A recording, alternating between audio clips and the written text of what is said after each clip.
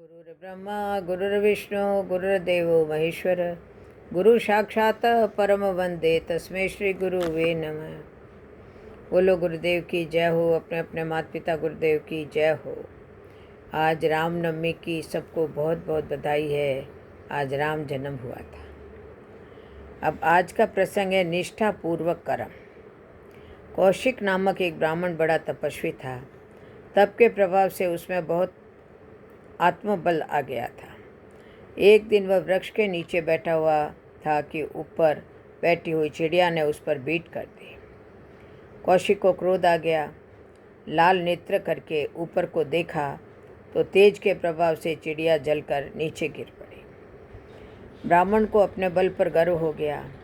दूसरे दिन वह एक सदग्रस्त के यहाँ भिक्षा मांगने गया। गृह स्वामिनी पति को भोजन परोसने में लगी थी।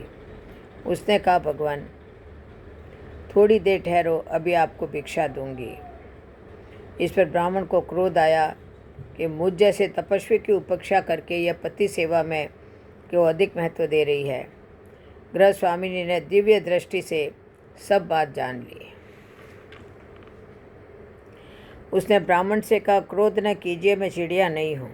अपना नित्य कर्तव्य पूरा करने पर आपकी सेवा करूँगी। ब्राह्मण क्रोध करना तो भूल गया। उसे यह आश्चर्य हुआ कि चिड़िया वाली बात इसे कैसे मालूम हुई। ब्राह्मणी ने इसे पति सेवा का फल बताया और कहा कि इस संबंध में अधिक जानना हो तो मिथिलापुरी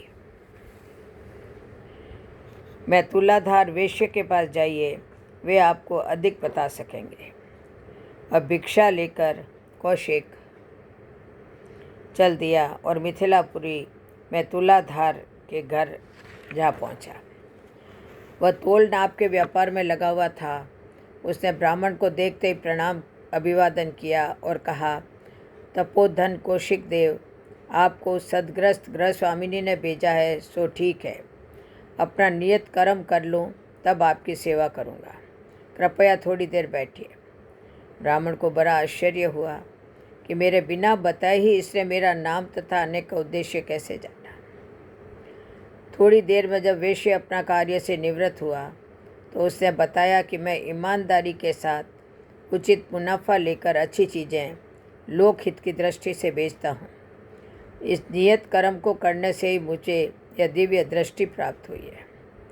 अधिक जानना हो तो मगध के निजाता चांडाल के पास जाइए। कौशिक मगध चल दिए और चांडाल के यहाँ पहुँचे।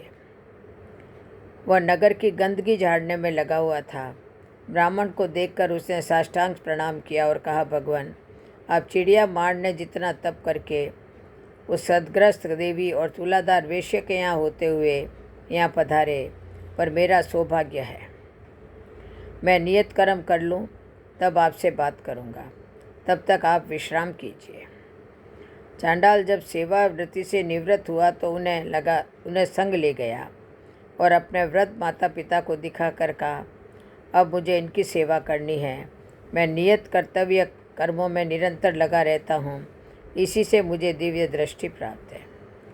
तब कौशिक की समझ में आया कि केवल तप साधना से ही नहीं, नियत कर्तव्य कर्म निष्ठापूर्वक करते रहने से भी आध्यात्मिकता का लक्ष्य पूरा हो सकता है और सिद्धियाँ मिल सकती है। बोलो जय श्री कृष्ण, जय जय श्री राधे, जय जय श्री कृष्ण।